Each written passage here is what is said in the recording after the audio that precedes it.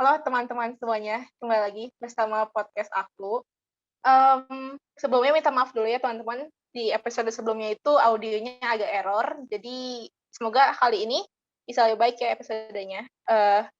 Nah hari ini nih aku nggak sendiri, aku di sini bersama Mbak Hani. Halo Mbak Hani. Halo Saskia.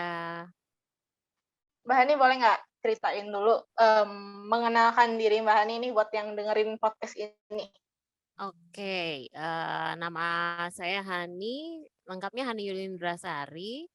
Saat ini bertugas di Universitas Pendidikan Indonesia sebagai Sekretaris Satuan Penghapusan dan Penanganan, Pencegahan dan Penanganan Kekerasan Seksual ya. Asalnya namanya Pusat Krisis, jadi baru ganti nama kemarin jadinya, jadi belibet deh ya nyebutinnya gitu. Nah nah terus saya itu latar belakang pendidikannya S1 Psikologi Gadjah Mada, udah zaman dulu banget dah ya lulusnya, terus S2, S3 itu dari Melbourne University, kebetulan ngambil Gender Studies gitu. Wih, Gitu Saskia. luar biasa, keren banget nih Mbak Hani, menjadi inspirasi saya. Alhamdulillah, Jadi amin. alhamdulillah. Jadi di sini aku mau ngajak Mbak Hani diskusi aja sih mungkin ya sama Mhm, aku, mhm, tentang topiknya itu dominasi laki-laki. Nah aku nih mungkin dari kecil oke. kali Mbak ya selalu ngelihat kayak, kenapa sih di dunia ini kayak hampir semua bidang itu kayak they make it seem like men construct everything and they're superior Mhm, compared to women gitu loh Mbak. Jadi iya, mhm. kalau menurut Mbak Hani nih, dengan aku tahu lah Mbak Hani lebih paham mungkin daripada aku, kenapa sih dominasi laki-laki itu bisa terjadi gitu? Iya, itu sejarahnya panjang banget ya, ceritanya panjang sekali gitu ya. Mungkin bisa berawal dari, bagaimana patriarki terbentuk ya. Nah, patriarki ini kan, Mmm, katakanlah paham atau struktur atau bisa juga dikatakan value atau nilai gitu ya, yang menempatkan laki-laki di tempat tertinggi di dalam hierarki mmm, sosial gitu ya. Kenapa sih kok laki-laki di tempat tertinggi dalam hierarki sosial dalam patriarki ini? Patriarki itu sebetulnya bukan laki-laki ya yang ditempatkan di posisi tertinggi itu, tapi bapak. Jadi bukan mmm, sembarang lelaki, tapi bapak gitu, father kan, gitu. Jadi, mmm, eee, tapi ya yang bisa jadi bapak cuman laki-laki gitu. Jadi laki-lakinya iya, ngikut gitu ya. Jadi ada di mhm, struktur paling atas di dalam struktur sosial, terutama hierarki gender gitu ya. Nah, gimana nih kok bisa begitu? Jadi kalau mhm, misalnya kita mau, ceritakan lagi atau misalnya kita runtut ke belakang gitu ya, kita bisa lihat sejarah bagaimana manusia mulai hidup, menetap ya. Mulai mmm, dari masyarakat, Sendente, asalnya kan nomaden tuh. Ketika nomaden kan manusia tuh berburu gitu ya, berpindah iya, tempat. Nah, kalau berburu berpindah tempat kan nggak punya teritori ya, iya, betul, nggak punya wilayah, nggak punya teritori gitu ya, karena dia akan pindah-pindah tempat gitu ya. Nah, ketika, nomaden itu sebetulnya posisi laki-laki dan perempuan itu cenderung, egaliter ya, cenderung sama karena mmm, nggak ada itu tadi, nggak ada teritori yang perlu dipertahankan. Nah, oke, ketika masyarakat sudah mulai berubah menjadi masyarakat Sendente, menetap di satu tempat gitu ya, masyarakat agraria, eee, manusia itu sangat tergantung kepada teritorial kan, tergantung mmm, pada kepemilikan tanah, area oke, teritorialnya dia gitu ya. Nah, zaman itu, teritorial itu perlu dijaga kan gitu ya. Nah, oke, yang bisa menjaga teritorial tanah itu laki-laki, karena perempuan itu kan ada peran reproduktif ya, dia, melahirkan, menyusui, dia heeh, menjaga anak-anaknya gitu. Nah, yang laki-laki menjaga teritorinya. Nah, anak-anak mmm, dan istrinya itu dan perempuan ada di dalam teritorial itu kan gitu. Jadi, eee, lama-lama, eee, lama-lama akhirnya laki-laki menjadi seperti memiliki kekuatan lebih gitu, karena dia mmm, yang bisa mempertahankan teritori itu. Nah, pada akhirnya, eee masuklah jadi apa namanya, paham bahwa yang berkuasa itu adalah laki-laki karena dialah yang menjaga teritorial dan lain sebagainya. Lalu juga saat itu juga, perempuan dan anak itu juga jadi miliknya laki-laki gitu ya karena apa namanya, ada di dalam teritorinya Mmm, laki-laki. Tapi ya kita nggak bisa juga kita lihat gitu dari dulu patriarki itu, buruk gitu ya, iya membawa dampak buruk gitu ya. Ya, awalnya sih arrangement seperti itu kan untuk kelangsungan hidup, semuanya ya, perempuan, iya, anak-anak, betul. dan laki-laki sendiri gitu. Tapi lama-lama ketika yang namanya udah punya kuasa ya, lama-lama kan eee, orang ingin mempertahankan kekuasaannya kan. Nah, ini laki-laki Iya, tuh ingin mempertahankan kekuasaannya, akhirnya jadi corrupted gitu ya. mmm, Corrupted jadinya si patriarki itu atau sistem yang menempatkan laki-laki, sebagai tokoh utama gitu ya, sebagai sentral gitu ya, yang punya kuasa itu dipertahankan terus gitu. Jadi oke, dipertahankan terus sampai sekarang. Nah, yang memutuskan apa-apa gitu ya, itu laki-laki. Misalnya katakanlah dia mau memperlebar teritorial tanahnya, itu enggak mhm, berunding dengan perempuan, dia memutuskan sendiri karena dia merasa bahwa dia yang bisa melindungi itu gitu, mmm, rasa kepemilikan dan lain sebagainya gitu. Nah, itu terus, apa namanya, terbawa terus ya dalam kehidupan manusia gitu ya, eee laki-laki jadi punya kuasa dan dia akhirnya menentukan iya menentukan, apa yang akan dibangun misalnya ya, iya, menentukan apa yang akan dipelajari gitu ya. Terus mmm, bagaimana sistem masyarakat ini, harus berjalan. Semuanya akhirnya jadi dari kacamata laki-laki gitu. Akhirnya oke, laki-laki menjadi terlihat seperti mendominasi gitu. oke Karena ada sistem patriarki itulah Saskia. Ya oke, itu sejarahnya kayak gitu. mmm. Berarti awalnya tuh berarti dari kemampuan secara fisik berarti Mbak ya, dari mereka bisa menjaga teritori itu berarti ya? Iya iya, kita nggak bisa mengesampingkan itu ya. Jadi awalnya memang dari kekuatan fisik itu, kan zaman itu memang siapa yang kuat dia yang menang gitu ya. Iya bener, konteksnya Iya lebih ke kan? fisik berarti ya. Tapi Iya, apa sih sebenarnya yang mendorong itu kayak aku tuh sebenarnya bingung, Mbak, karena kan aku lihat mhm, nih, manusia itu kan makhluk yang berevolusi gitu ya, kita selalu iya, berkembang mhm. secara pikiran, teknologi, semuanya dari zaman ke zaman. Tapi kenapa sih si sistem ini itu bisa sangat melekat erat dengan kita sebagai manusia? Kenapa sih kok masih ada sampai sekarang gitu ya, udah Mhm ratusan tahun gitu, kok ada terus mhm, nih patriarki gitu ya. iya, Padahal manusia tuh berevolusi. Karena patriarki itu bukan, jadi nggak cuma ngurusin relasi antara laki-laki dan perempuan aja kan gitu, tapi semua sistem sosial, sistem bisnis, sistem ekonomi, itu diatur pakai nilai-nilai patriarki. mmm, Makanya jadi bertahan terus sampai sekarang gitu ya, dan, jangan salah juga gitu, patriarki itu dipertahankan nggak cuman sama katakanlah, nggak cuman sama laki-laki aja ya, tapi perempuan mmm, juga banyak yang iya, mempertahankan patriarki ini gitu ya. Jadinya dia susah banget dirombak gitu, susah sekali dirombak. Kenapa? Karena patriarki memberikan privilege, atau keuntungan-keuntungan ya, memberikan keuntungan-keuntungan kepada beberapa pihak. Pihak yang mmm, diuntungkan oleh patriarki itu biasanya laki-laki ya. Perempuan juga ada yang diuntungkan iya, oleh patriarki, itu namanya, apa namanya, keuntungan dari patriarki ini biasa disebut sebagai patriarkal dividend ya, gitu. mmm, Eee, karena ada orang yang mendapat keuntungan dari patriarki, bukan ada aja ya, banyak yang mendapatkan keuntungan mmm, dari patriarki, dia ingin mempertahankan keuntungannya itu. Dia ingin oke, mempertahankan privilege-nya gitu ya. Akhirnya ya jadinya bertahan terus gitu.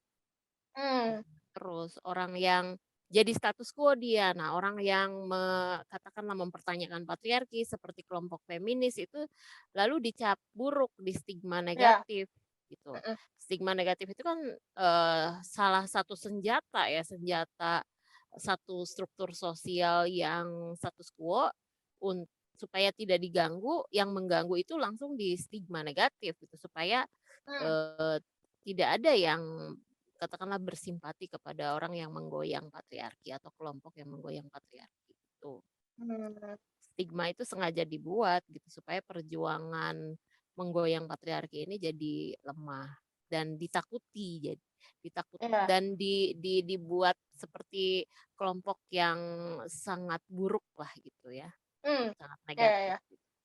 Mhm. Tapi Mbak kan tadi bilang bahwa ini tuh dipertahankan oleh banyak orang karena Ya, ada keuntungannya nih. Nah, tapi kalau seandainya nih Mbak melihat dari kacamata subjektif, nggak memandang kubu gitu ya, mhm. sebenarnya secara subjektif nih, kelebihan dan kekurangannya itu lebih banyak yang mana, Mbak? Eh, masalahnya tuh ya kalau saya ngelihatnya patriarki ini banyak disalahgunakan orang gitu loh. Jadi Mmm. kayak, yang apa, katakanlah masalah pemimpin ya. Mhm. Bahwa yang memimpin itu harus laki-laki gitu, perempuan tuh nggak bisa memimpin gitu ya. Nah ini tuh terus disalahgunakan orang, dipolitisasi bahwa perempuan itu nggak bisa mimpin gitu. Ya. Nah itu masalahnya. Jadi kalau misalnya apa, saya sih ngelihat kalau kita lihat yang aslinya lah ya, katakanlah yang Ya. aslinya. Patriarki itu kan, apa, katakanlah semua keputusan ada di bapak gitu ya, di Mhm. ayah, pimpinan itu adalah ayah gitu ya. Nah, tapi arti pemimpin sendiri juga, pemimpin yang baik itu harus bisa mengayomi, melindungi ya, Ya. semua orang yang dilindungi oleh dia, semua orang yang ada di dalam kekuasaannya dia gitu ya. Ya. Nah, harusnya kan, dengan adanya patriarki ini seharusnya laki-laki itu lebih banyak berkorban untuk perempuan dan anak-anak. Iya, harusnya ya. Harusnya kan. Misalnya kalau misalnya ada, katakanlah di rumah ada rampok yang mau datang, dia yang maju duluan. Mhm. Ya. Dia yang menghadapi bahaya duluan gitu, ya kan dalam hal itu. Dan dia yang harus memikirkan, memastikan keselamatan dan kebahagiaan orang-orang yang ada di dalam penguasaannya kan gitu. Ya. Harusnya, tapi kan Harusnya. pada kenyataannya disalahgunakan gitu ya. Disalahgunakan untuk kepentingannya sendiri, untuk posisinya sendiri gitu ya, untuk enaknya sendiri, untuk kemenangannya sendiri, gitu. Mmm. Contohnya kayak gini, ya saya pengen lebih dari istri saya gitu, saya harus lebih dari pacar saya gitu ya. Mmm. Bukannya dia belajar lebih keras, bekerja lebih keras, tapi dia malah menekan menekan pacarnya gitu. Mmm. Nekannya gini, "Udah kamu mah nggak usah sekolah sampai S2, aku aja yang S2," gitu. "Kan kamu Iya, iya, nanti iya. jadi istriku," misalnya kayak gitu. Iya, iya. Ah, itu kan penyalahgunaan sebenarnya kalau menurut saya Mmm. tuh. Penyalahgunaan patriarki, dia menggunakan patriarki untuk memvalidasi, apa, perilaku atau sikap dia yang, sebetulnya merendahkan orang lain gitu.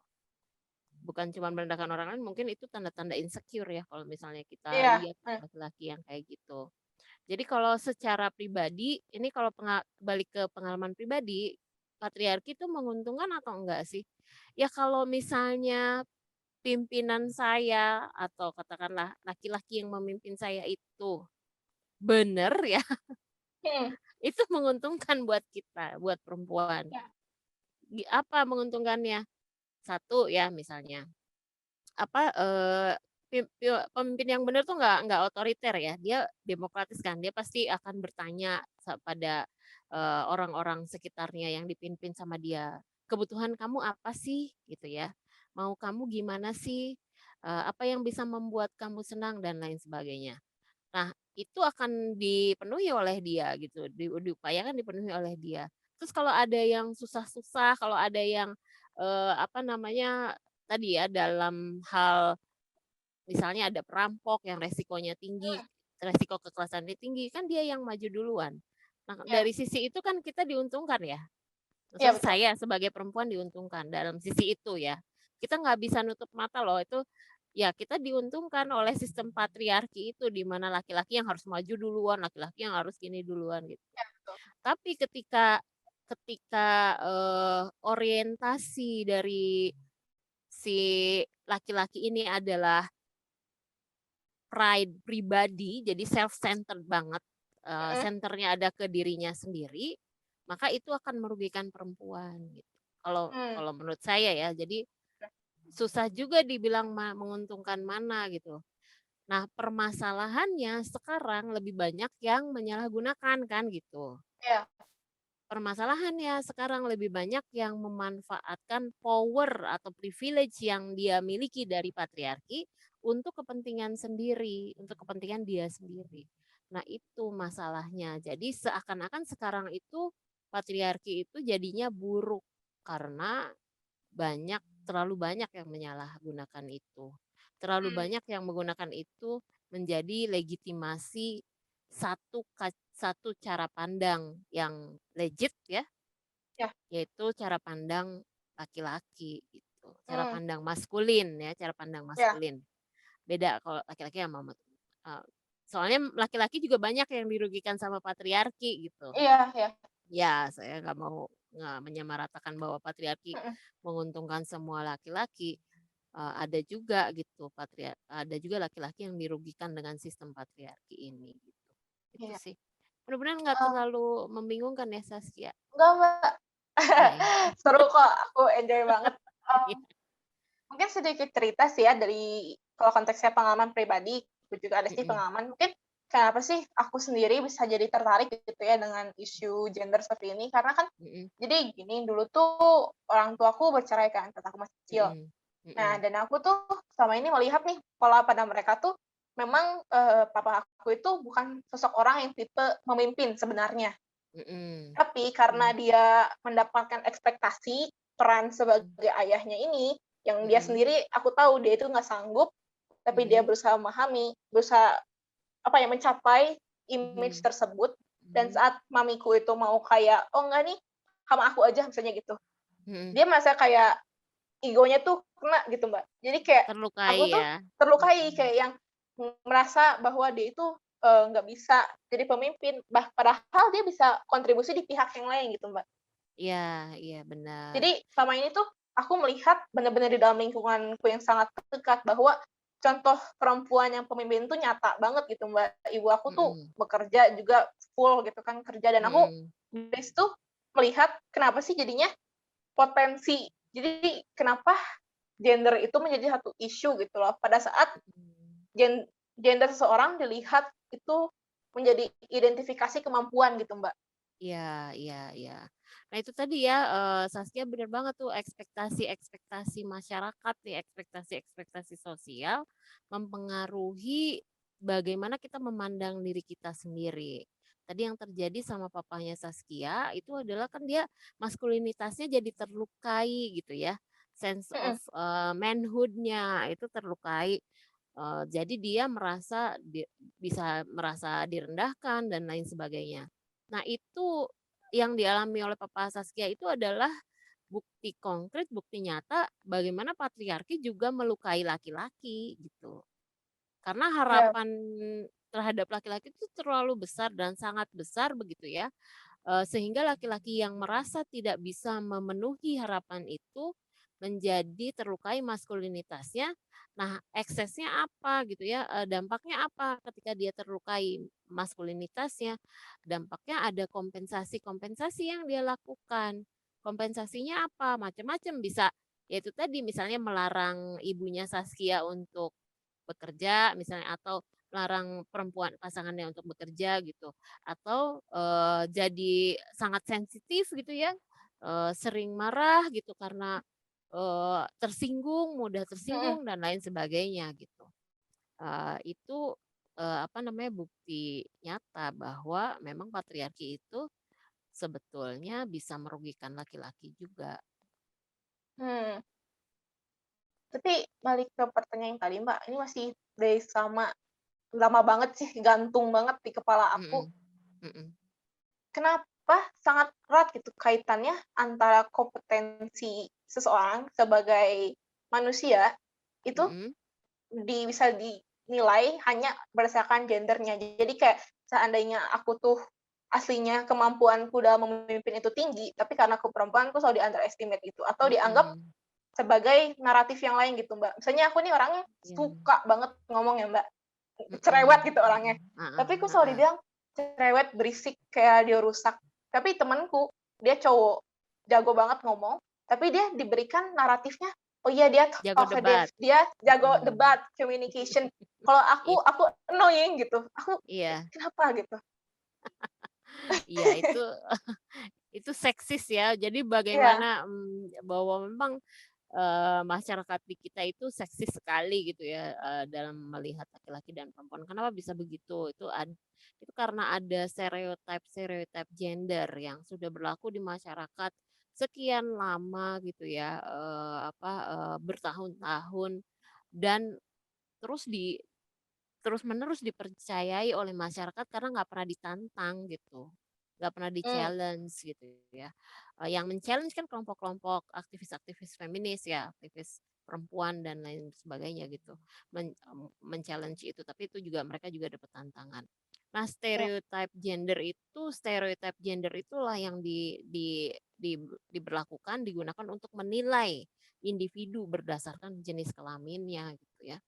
Misalnya kayak tadi mhm, Saskia, pinter bicara itu disebutnya cerewet gitu ya. Itu iya, karena ada stereotip bahwa, eee, perempuan itu cerewet gitu. Terus stereotip mmm, buat laki-laki, laki-laki itu, rasional. Dia kalau ngomong, iya, kalau banyak ngomong dia, eee, pasti ada isinya gitu. Jadi iya logis katanya. ya logis katanya gitu kan, kalau yang perempuan itu cerewet, emang suka ngomong katanya gitu, Mmm, tapi, nggak ada isinya. Jadi itu stereotip-stereotip yang dikenakan sama kita. Kadang iya, orang tuh juga tidak berusaha keras memahami bahwa sebenarnya banyak loh perempuan yang nggak sesuai dengan stereotip gitu. Banyak laki-laki yang tidak sesuai dengan stereotip juga. Cuman mmm, permasalahannya ada yang namanya cognitive miser ya. Cognitive miser itu bagaimana, manusia itu cenderung berpikir yang gampangnya gitu. Dia, eee, mengambil mmm, kesimpulan itu dengan cepat, mengambil kesimpulan itu yang paling mudah, yang tidak membutuhkan energi besar untuk berpikir. Nah, mmm, mengambil kesimpulan berdasarkan stereotip itu mudah banget, kita nggak usah pakai mikir gitu. Nah, pada iya, akhirnya si stereotip itu berjalan terus kan, terus-menerus, mmm, lestari lah gitu. Gitu, karena untuk berpikir bahwa dia melawan stereotip itu harus mikir dulu gitu. iya, Enggak loh, Saskia itu nggak cerewet, coba deh dengerin apa kata dia, dengerin mmm, deh gitu ya.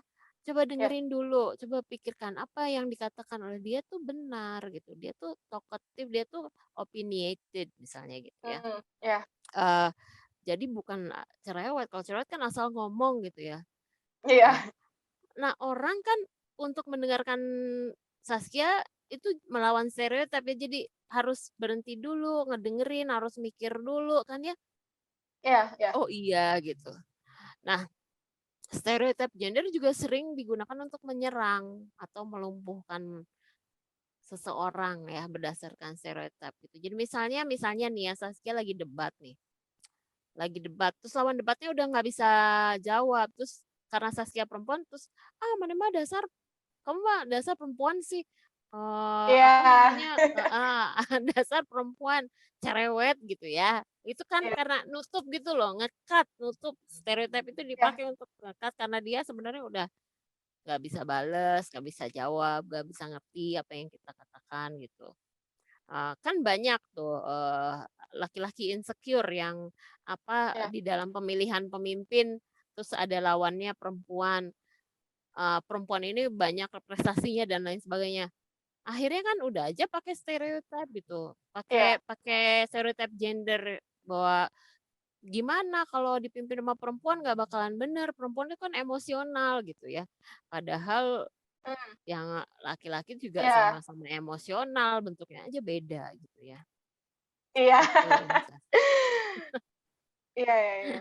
Tapi ya sih, Mbak, apalagi aku lihat di dunia politik, apalagi di Indonesia juga ya, maksudnya Mhm kuantitas pemimpin perempuannya itu rendah gitu loh, dan masih Hmm. mereka tuh masih doubt gitu untuk vote untuk perempuan gitu, dan sedih sih aku sebenarnya karena untuk pendapatku ya, untuk Mm-mm. membangun negara gitu yang baik dan juga Mm-mm. yang adil itu pasti butuh representasi dong, butuh kacamata Mm-mm. A dan B, dan saat Ya.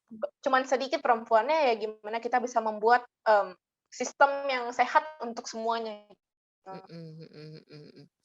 Iya. Halo Saskia, oke. Ya ya. Tadi sempet nge-freeze ya.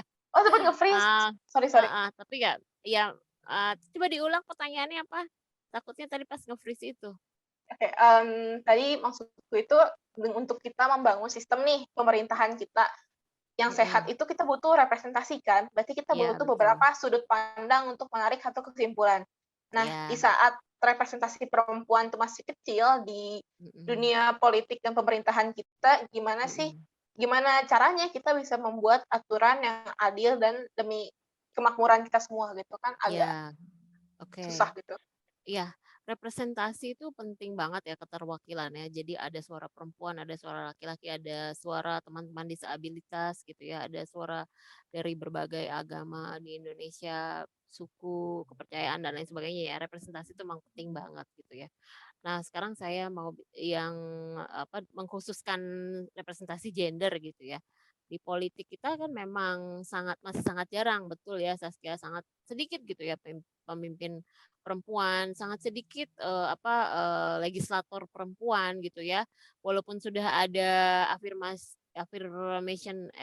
afirmasi eh, yang kuota 30% gitu, itu tidak pernah Mhm, terpenuhi kan setiap 5 tahun itu iya nggak pernah kayaknya sekarang itu di 17 sampai 20%-an ya. Masih belum nyampe 30% itu. Kenapa sih begitu gitu? Nah, bener kata Saskia ada self doubt di perempuan gitu. Kenapa sih perempuan iya punya self doubt untuk memimpin? Karena dari kecil diajarinnya gitu, diajarinnya kan eh, kamu yang mimpin tuh harus laki-laki, terus perempuan tuh selalu diragukan loh pendapatnya gitu kan. iya Pendapatnya tuh dianggap kurang rasional gitu, pendapatnya dianggap kurang berwibawa lah, kurang ada isinya lah dan lain sebagainya. Tanpa tanpa, ada pengujian dulu, bener nggak pendapatnya iya, itu kurang kurang valuable kan, mhm, langsung di-dismiss gitu, dismiss dismiss iya gitu ya pendapatnya perempuan itu. Nah dari situ dia belajar bahwa, apa namanya, pendapatnya dia kurang kurang valuable gitu ya. Tapi kan tentu nggak semua perempuan kayak gitu ya, mungkin perempuan-perempuan iya kayak dari keluarga-keluarga yang udah, gender awareness-nya tinggi, nggak kayak gitu ya, kayak keluarga Saskia misalnya gender iya awareness-nya udah tinggi. Saskia bisa berpendapat, bisa memutuskan apapun gitu ya. Saya iya keluarga saya gitu, anak saya yang perempuan bisa memutuskan apapun untuk hidupnya dia gitu, saya nggak pernah, ngerecokin gitu ya. Nah, iya perempuan-perempuan seperti itu akan belajar, bahwa dia bisa memutuskan sesuatu, bahwa keputusannya dia itu valuable, bahwa pendapat dia tuh didengarkan. Nah, nanti lama-lama akan bisa nih lebih banyak politisi-politisi perempuan. Jadi kita harus mulai dari yang muda-muda nih Saskia ya. Kalau yang iya. yang udah generasi saya kayaknya udah agak-agak udah terlambat. Tapi generasi saya juga alhamdulillah banyak juga yang udah maju ya, Iya, pemikirannya luar biasa gitu. Hmm. mungkin nyambung ke tadi sih Mbak Hani sempat bilang ada juga representasi secara agama ya. Nah, ini menarik juga sih, menjadi Mm-mm. salah satu concern aku. Jadi mungkin dulu pas aku SMP kali ya, aku kan sempet emang interestku dari SD bahkan di dunia Mm-mm. kesetaraan gender ini kan. Mm-mm. Dan, yang membuat aku ragu itu, kan aku agamaku Katolik, Mbak. Terus, Mm-mm. aku juga melihat bahwa di lingkungan gerejaku pun, eee, nggak banyak yang sependapat denganku gitu, dengan Mm-mm. kesetaraan gender. Nah, Mm-mm. menurut Mbak Hani nih, bagaimana sih peran agama mempengaruhi, eee, keberadaannya patriarki sampai zaman sekarang ini? Ya, kalau kita lihat agama, interpretasi agama itu kayaknya semua agama ya, saya belum ngelihat eh, interpretasi agama yang cenderung tidak patriarkis gitu ya. Kebanyakan Iya patriarkis ya.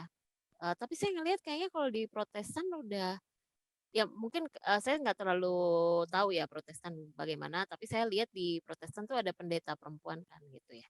Iya, udah Jadi mulai yang sekarang. ya perempuan kan sudah boleh menjadi pemimpin agama gitu ya.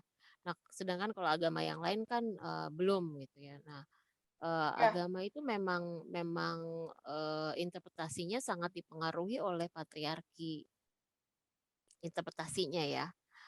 ya, Agamanya sendiri apakah agamanya sendiri patriarkis? Enggak juga gitu, karena kalau kita lihat kalau saya nih Islam kan ya, Saskia. ya, Kalau di Islam itu sudah ada gerakan, interpretasi Islam, interpretasi agama Islam, ajaran Islam yang menggunakan pendekatan egalitarian, gitu. mmm, Ya jadi sudah mulai ada tuh gerakan itu gitu ya. mmm, Yang tidak menggunakan kacamata laki-laki, tapi menggunakan kacamata inklusif. ya, Artinya kacamata perempuan juga dipakai untuk menginterpretasi agama itu. Nah, kalau di Katolik sendiri aku belum tahu ya bagaimana, apakah ada gerakan seperti itu juga seperti di Islam, tapi aku yakin ada juga sih mungkin Saskia ya gitu. Tetapi memang ya, yang namanya agama itu sangat sulit ya, status quo-nya itu kan kuat ya, sekali gitu ya, heeh. Jadi, mhm, bagaimana satu aliran, satu paham ingin, tetap berkuasa, menentukan diskursus yang berlaku di antara umatnya, itu sangat kuat sekali gitu kan. Setiap ada yang ya, menggoyang, setiap ada yang menantang gitu ya, membuat agama menjadi lebih egalitarian secara gender, yang yang konvensional, katakanlah yang konservatif menguat juga gitu. Kalau Saskia ya, menyadari gitu ya, ada nih, ajaran katakanlah, eee, interpretasi yang baru yang lebih egaliter. Wah, ini bagus ya, nih. Nah, tapi itu ya, akan ditentang oleh yang konservatif gitu. Karena mmm, yang konservatif ingin mempertahankan pengaruhnya pada umat gitu, ingin mempertahankan pahamnya, ya itu apa namanya, jadinya konstelasi power ya, kuasa gitu ya, bagaimana sih ini. Itu sih. oke, mmm, aku mau nanya lagi sih, Mbak. Iya boleh boleh. Aku sebenarnya selama ini, mmm, selalu berusaha ya, maksudnya mengeluarkan usaha terbaikku untuk selalu membagikan awareness tentang, patriarki dan juga kesetaraan gender gitu, apalagi di lingkungan Mhm, terdekat aku, termasuk di mmm, lingkungan pertemanan dan juga di keluarga gitu. mhm. Tapi, dari pengalaman Mbak sendiri nih, gimana sih caranya kita pembawaan yang mungkin lebih yang bakal pas kena gitu, kalau kita tuh pengen berpartisipasi dalam menyebarkan awareness tentang isu ini? Mhm. Kalau saya sendiri sih saya, mungkin kalau saya nih saya mengaku feminis ya, mengaku feminis. Saya feminis gitu. Tapi Ya, kemungkinan mengaku. orang lain melihat saya mungkin, "Oh, Hani nggak terlalu feminis." Bisa aja orang menganggap saya begitu. Karena apa? Karena approach yang saya pakai adalah negosiasi ya. Saya pakainya tuh negotiate gitu. Jadi kayak, eee, saya di keluarga itu menunjukkan bahwa di keluarga saya nggak usah ngomong bahwa perempuan itu harus begini, kok laki-laki selalu begitu sih, nggak pakai omongan gitu loh, Saskia. Jadi saya tidak menentang nggak I'm not getting into debate gitu. Tapi Oke, ya, saya, lebih ke show them aja, menunjukkan aja bahwa mmm, saya ini perempuan, saya kan anak kedua ya dari 3 bersaudara. oke. Saya itu, anak yang paling cepat keluar dari rumah. Jadi umur 18 tahun saya udah Oh, ke Jogja kan, sekolah di mmm, Jogja. oke, Waktu itu kakak saya, kakak saya laki-laki mau kuliah di luar kota malah nggak boleh sama orang tua saya. Nah, saya Hmm, nunjukin aja bahwa saya perempuan dan saya bisa. Terus waktu itu, ibu saya khawatir dong ya, ini anak perempuan gimana ya, di kota orang lain gitu ya. Ya kekhawatirannya banyak lah ya, termasuk mungkin kekhawatiran saya masuk ke dalam dunia premarital seks bla bla bla gitu ya. ya, Kan ya, biasanya orang tua ya. takutnya itu tuh ya Hmm, kalau sama iya, perempuan gitu ya. Ya ya tunjukkan aja bahwa saya nunjukin aja bahwa saya bisa selesai kuliah gitu dan nggak terganggu oleh saya bisa fokus gitu. Lalu saya bisa ya, kerja, saya bisa mandiri. Itu dengan menunjukkan seperti itu, apa namanya, akhirnya kan orang tua juga seperti percaya gitu, punya kepercayaan kepada saya, bahwa saya ini bisa walaupun saya perempuan gitu. Eee, Terus juga saya kan, saya feminis, saya menikah gitu ya, ya, menikah sama, seorang laki-laki yang dia itu, jauh lah dari apa, pemahaman tentang gender awareness harus kayak gimana, gender egalitarian tuh hmm, seperti apa, ya, jauh dari pemikiran itu, tapi dia jadi pemikirannya tuh, cukup konservatif tentang gender gitu ya, tapi dia open minded untuk diskusi. Dan dia fokusnya adalah ke my well-being oke, ya, well-being-nya saya gitu. Nah, disitulah ada proses dialog ya sama suami, sekarang udah meninggal ya almarhum. Ada proses dialog dengan suami saya gitu. Maunya apa, eee visi saya gimana, rencana saya ke depan gimana, terus saya tanya dia maunya apa. Nah, kami tuh selalu cari jalan tengahnya. Jadi, hmm, kalau dalam kacamata feminisme itu sebetulnya Saskia ya, nggak ada menang-menangan. ya, Kalau feminisme yang saya pegang ya, ya, eee, jadi yang saya pegang itu adalah nih feminisme itu kan dia menentang ketidakadilan ya. Tujuannya feminisme itu kan menciptakan satu tatanan sosial dan tatanan kehidupan yang adil buat laki-laki dan perempuan. Namanya adil berarti nggak ada yang menang kan? Jadi, saya tuh sama suami bukannya saya pengen menang sebagai perempuan gitu, bukan, tapi saya pengen adil.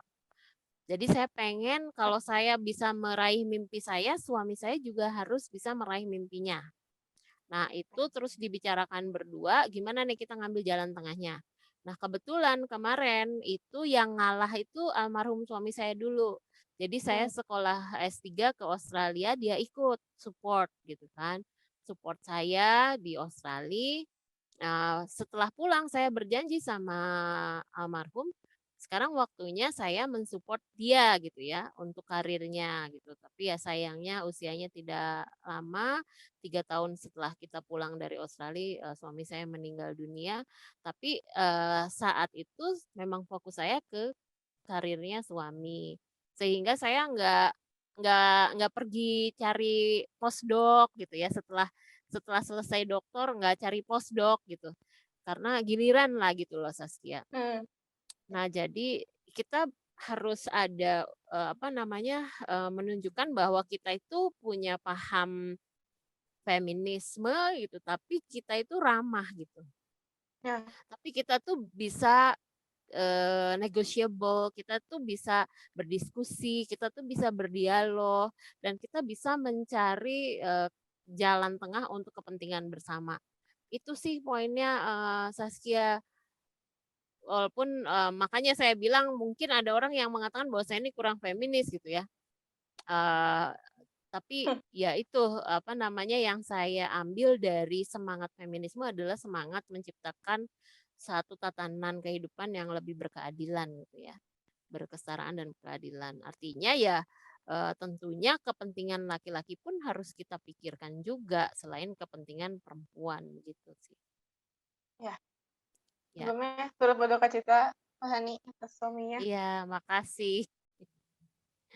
Mungkin nyambung juga kali ya, karena ini konteksnya tentang keluarga, aku juga melihat sih gimana sistem ini tuh mempengaruhi laki-laki juga, karena dari aku kecil mungkin ya, sisi Mhm. feminisme yang dipaparkan oleh media itu hanya kayak, "Oh ya, perempuan banget," gitu, women empowerment gitu, which is, Iya. good, I Mhm. think women empowerment is very Of important course, gitu. Tapi iya. Mhm. satu sisi, aku tuh nggak pernah ditunjukkan sisi bagaimana sih, patriarki ini mempengaruhi laki-laki gitu.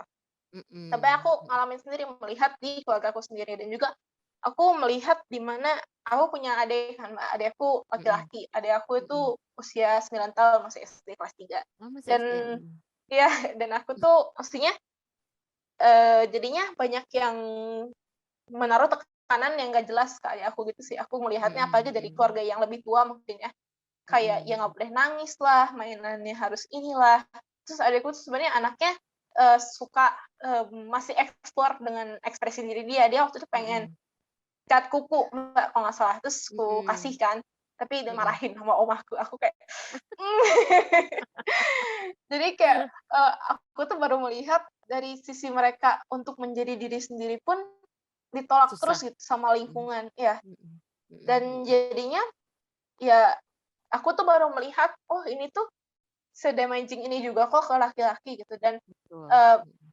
aku tuh bingung kenapa sih, masih belum pada terbuka gitu tentang bagaimana, patriarki itu mempengaruhi laki-laki lebih ke perempuan gitu. Walaupun dua-duanya sama-sama penting, tapi yang ini Mhm. kenapa jarang banget representasinya gitu. Jarang banget dibahas ya. Iya, Karena dianggapnya laki-laki tuh udah menang duluan gitu. Padahal enggak. Itu tadi, ini Saskia nih aku tuh seneng banget ya denger Saskia bicara itu Saskia sangat reflektif dengan pengalaman gendernya ya, bukan cuman terima kasih. pribadi aja tapi pengalaman gender dari ayah, ibu, adik gitu ya. Itu contoh yang sangat-sangat real gitu bagaimana maskulinitas anak laki-laki itu disorot banget dari Iya, kecil. Beda kalau femininitas perempuan nggak terlalu disorot loh waktu kecil, iya kita iya, masih bener, manjat-manjat pakai celana panjang, masih kita bolehlah. tengil ya masih boleh gitu Iya ya, yang perempuan itu di Indonesia kan gitu.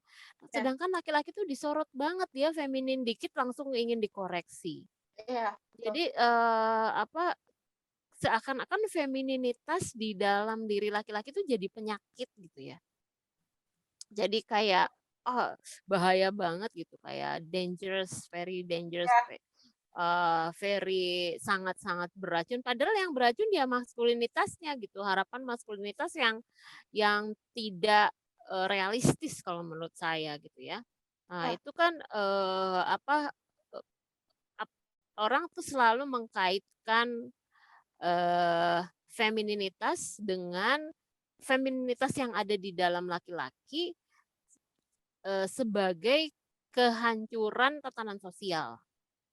iya, Makanya jadinya disorot banget gitu ya. mmm, Kalau ada apa-apa mereka yang, kelompok yang gampang banget disalahkan dan lain sebagainya gitu ya.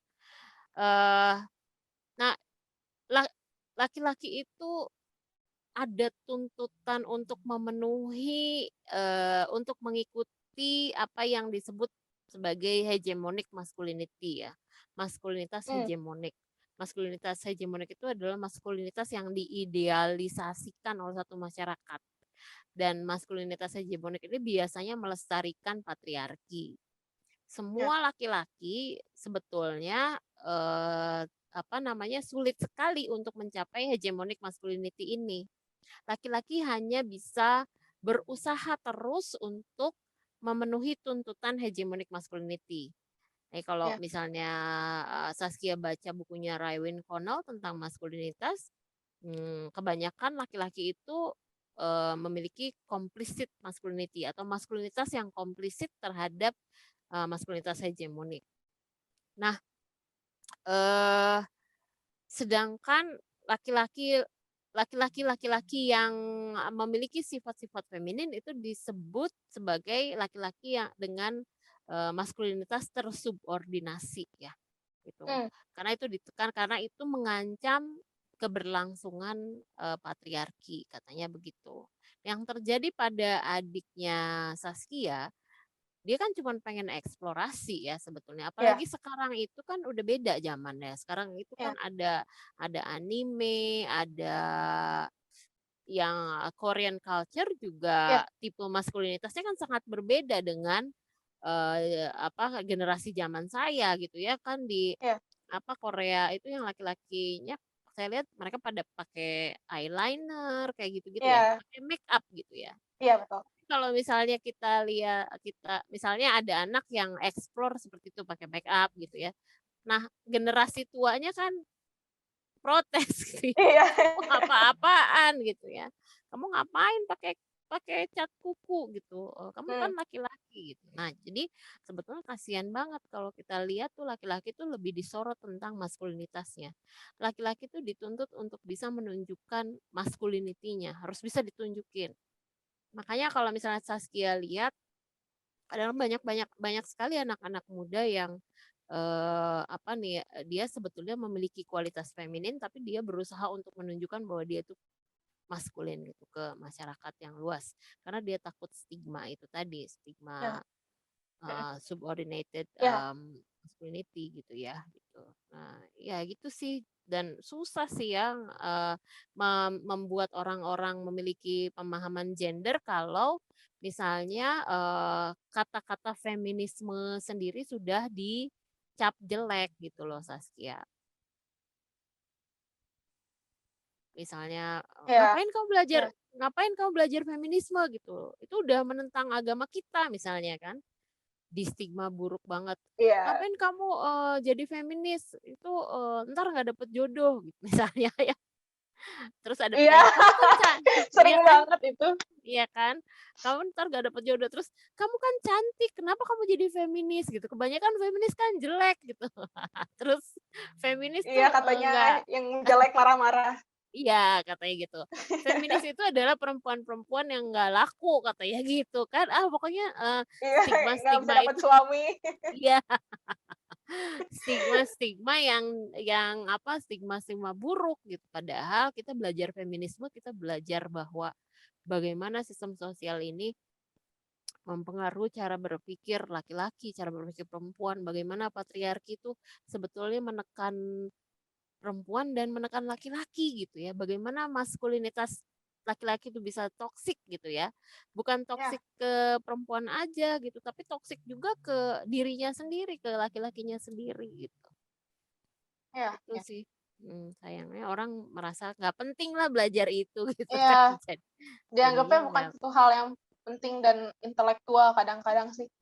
iya, seperti, "Oh itu mah emosional aja," gitu ya, belajar Iya, gender. tapi Mbak Hani Bisa jadi. selama ini, belajar maksudnya, kuliah gender studies apakah pernah dari masyarakat, dari keluarga, atau dari siapa yang Menentang. berpendapat seperti tadi itu? Iya, Iya, menentang. yang menentang sih, secara langsung sih enggak ya gitu. Tapi, Mhm, ayah saya tuh gini, jadi kayak waktu itu kan saya dapat beasiswa S2 ke Australia. Waktu itu saya belum punya pacar tuh Saskia ya, nggak punya calon suami gitu kan. Terus mmm, papa saya bilang gini, almarhum papa saya bilang gini, "Kamu sebelum ke Australia kamu harus nikah dulu ya, kalau enggak, nanti kamu, nggak laku," gitu. Nggak lakunya bukan karena saya belajar gender sebenarnya, tapi karena, perempuan S2 lulusan luar negeri gitu, nanti laki-laki takut gitu, kata papa saya gitu ya. Ya tapi mhm, kan alhamdulillah, saya malah dapat laki-laki yang sangat berkualitas gitu ya, yang berani gitu kan. Berani mendekati saya itu ya laki-laki yang super gitu kan kualitasnya kan gitu. iya, iya, Eee, iya. iya nggak? Ya kan? Jadi Iya, betul, betul. kalau laki-laki yang kualitasnya rendah ya nggak bakalan berani deketin perempuan lulusan luar negeri ya gitu. Iya, Apa, yang berkualitas tinggi lah yang berani, kan gitu. Jadi alhamdulillah jadinya dapetnya yang, iya, high quality gitu ya. Nah, terus masalah gender tuh nggak pernah mantap. nentang sih, papaku nggak pernah nentang, "Kamu ngapain sih belajar gender?" Enggak, cuman nasehatin gitu loh, "Kamu harus tetap ingat ya," gitu, eee, apa, terutama mama saya ya, selalu nasehatin gini, "Kamu Hmm. jangan menyerahkan urusan anak-anak sama suamimu," gitu. "Anak-anak itu Hmm. urusan kamu, biarkan suamimu tuh berkarir gitu ya, biar kamu harus dorong Hmm. suamimu supaya suamimu sukses," gitu kan kata mama saya. Ya. Ya, tapi alhamdulillahnya karena dapet yang high quality, terus suami saya juga sangat engage dengan anak-anak gitu ya, jadinya Hmm. jadi Ya. jadi, ya nggak terjadi juga tuh yang dinasehatin oleh orang tua itu. Jadi nggak, Hmm. apa namanya, kita membangun rumah tangga itu ya berdasarkan, nilai-nilai saya dan suami aja gitu walaupun Ya. ya ketika dinasehatin tuh saya nggak konfrontasional ya Saskia, saya Hmm. dinasehatin tuh iya gitu. Papa saya waktu itu, "Kamu harus cari jodoh cepetan." Iya gitu. Jadi iya-iya aja gitu. Saya nggak nentang gitu. Iya, jadinya nggak Hmm. mungkin mereka nggak melihat berbahaya, saya belajar gender karena keluarga saya baik-baik aja, harmonis gitu ya, semua oke gitu, jadi mereka nggak menentang saya belajar gender. Hmm. Mhm, Tapi, kenapa sih Mas sebenarnya contohnya yang kayak Mbak tadi itu, kenapa sih aku juga sebenarnya ngerasain sih di rumahku, apalagi om aku juga gitu ya, mhm, yang pemikirannya aduh masih zaman dulu banget tuh, bener-bener menekankan bahwa aku suatu hari akan mencapai bahkan mewajibkan gitu ya, aku suatu mhm. hari akan mencapai peran sebagai istri atau sebagai ibu. Padahal aku juga I mean aku baru 16 tahun gitu, kebayang juga enggak gitu, Mbak. Kayak Iya, kenapa harus diingetin terus gitu, kenapa sih itu jadi yang satu poin yang sangat heeh, esensial gitu loh. iya. Kebayangnya ini ya, kebayangnya malah traveling gitu ya kalau anak-anak sekarang tuh ya, Iya, bukannya bener. menikah. Kenapa sih menikah itu penting banget buat orang tua? Eee, ini setiap orang pasti punya alasan sendiri-sendiri ya, cuman kalau aku melihat dari masyarakat kita, saya melihat itu kewajiban orang tua di Indonesia itu berhenti ketika anaknya menikah, gitu. Jadi kayak Mmm. kalau Ya, anaknya nggak nikah itu masih tetap jadi tanggungan orang tua terus gitu loh. Jadi anggapannya itu jadi walaupun sudah dewasa ya. ya walaupun sudah dewasa, kapan mungkin ya orang tua kebanyakan menganggapnya, "Kapan dong gue bisa bebas?" gitu, "Kapan dong aku lepas?" gitu, sebagai orang tua yang Iya. walaupun orang Mmm. orang tua tuh nggak pernah berhenti mengkhawatirkan anaknya ya, orang tua tuh nggak akan pernah berhenti mengkhawatirkan anaknya. Tapi paling nggak ketika sudah menikah itu, tugasku sebagai orang tua udah selesai gitu loh, Saskia ya. Jadi kayak Mhm. orientasinya adalah ke dirinya sendiri, tugasnya dia udah beres gitu. Bisa juga itu Mmm. kekhawatiran dia namanya orang tua punya wisdom sendiri gitu ya.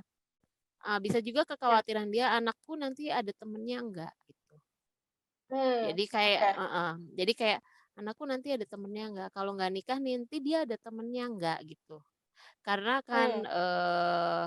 Saskia usia 16 tahun masih belum belum bisa mungkin belum kebayang gitu ya, tapi nanti di Iya. usia-usia 30 gitu ya, di usia mungkin usia 28 tuh udah mulai lah, 28, 27 itu udah mulai, "Kok temenku pada nggak ada semua ya?" Gitu.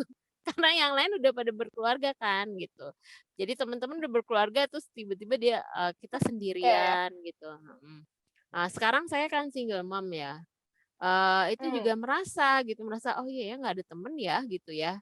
Nggak ada temen, karena anak-anak saya udah beranjak besar, masih remaja ya, tapi udah gede kan, jadi masuk kamar masing-masing. Lah gue ngobrol sama siapa gitu ya, nggak ada temennya gitu.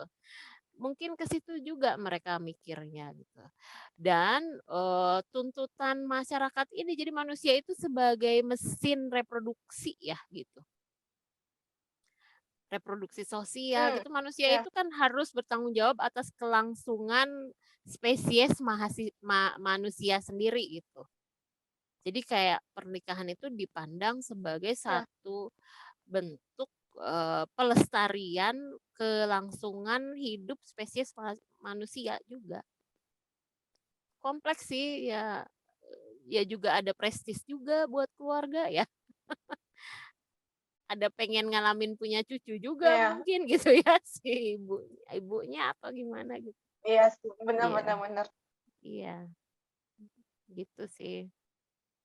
Masalahnya yang menurutku ini sih karena jadinya kayak yang maksa gitu loh, Mbak. Padahal kan jadi Iya, nggak consider what I want gitu loh, mhm atau what mhm, makes me happy gitu. mhm.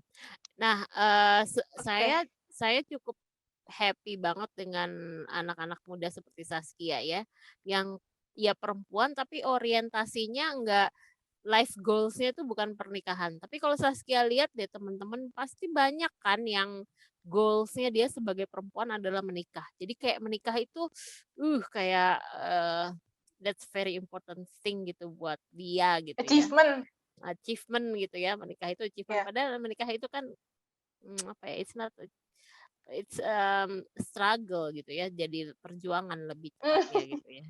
Iya sih, terima. Iya iya, gitu. Oke, terakhir nih, Mbak.